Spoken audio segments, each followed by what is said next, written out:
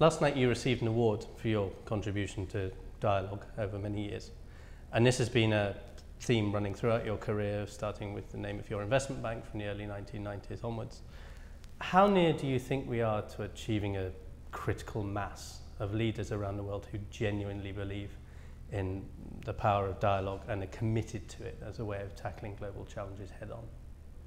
First of all, I want to say, honestly, it was a big surprise for me yesterday getting this award. I'm continuing under big emotional shock and feeling very thankful for Mr. Yakunin and his family to recognizing my small contribution to the dialogue of civilization, which I believe strongly one of the key cornerstone elements for the future of the world. The only civilization who can create a dialogue within civilization, only which way we can save the world. Which is why the challenge of the recognizing this problem and recognizing that the dialogue within civilization is not easy. It's not just you sitting in a room and talking and it's all.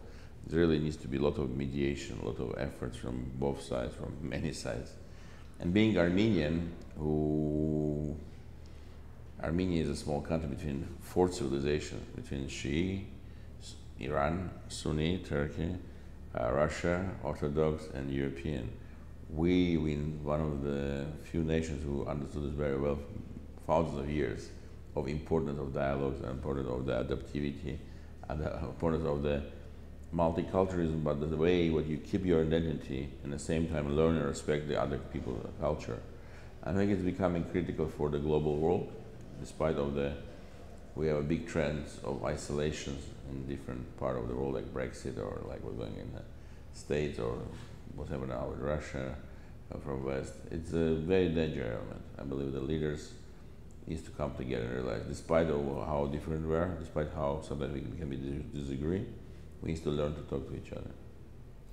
We've heard some contrasting positions on the topic of education at this year's Rhodes Forum. So, on the one hand, President Jonathan told us yesterday of his belief that education is a key element in combating terrorism, while at this morning's Leaders Club Summit, Ian Goldin warned that education can actually even be a cause of rather than a cure for radicalization and can fuel migration from countries where employment and political opportunities are limited. How do you think countries or groups of countries or other organizations can harness the potential of education for good while minimizing the downside risks? First of all, I agree that education is a key driver of the sustainability of the world, and the changes and improvements of the society can be only through education. The problem what we are facing is that we sometimes differently understand what it means education. It's not getting diploma, we're talking about knowledge, about values, about many other elements, which is now missed by many of the education institutions, because just providing information or just providing the paper of confirming that you pass exams is not about education. So I think when talking about education, we need to always consider education by broader terms, which means include the knowledge, value, skills, competence, on many, many directions. Second, I agree that education is a key driver of migration, education is a key driver of the people moving from one part of the world to other part of the world. That's why to creating the good education in a different part of the world will be a key driver of the stabilizing migration and making it less variable.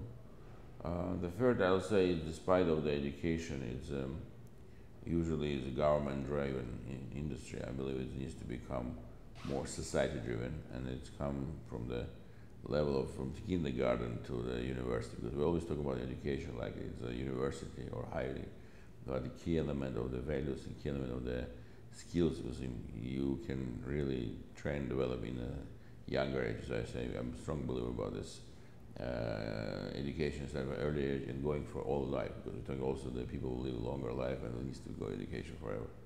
About the link between education and all this stuff, the terrorism and other negatives. Education is cannot be responsible. It's just a key element of the society development, but it can bring the positive and negatives together. It's like migration can be positive and negative. You cannot just talk as a bad or good. As a migration always been in a part of the world behavior, the people's behaviors, right? I think both sides have the right arguments. The question how to make it more efficient and more working in the education industry will work for the people, not against the societies. How do you think we can sort of get towards that, making education work for the people? Key again, bringing back the best teachers. I think again the key element that we are missing, who is teaching?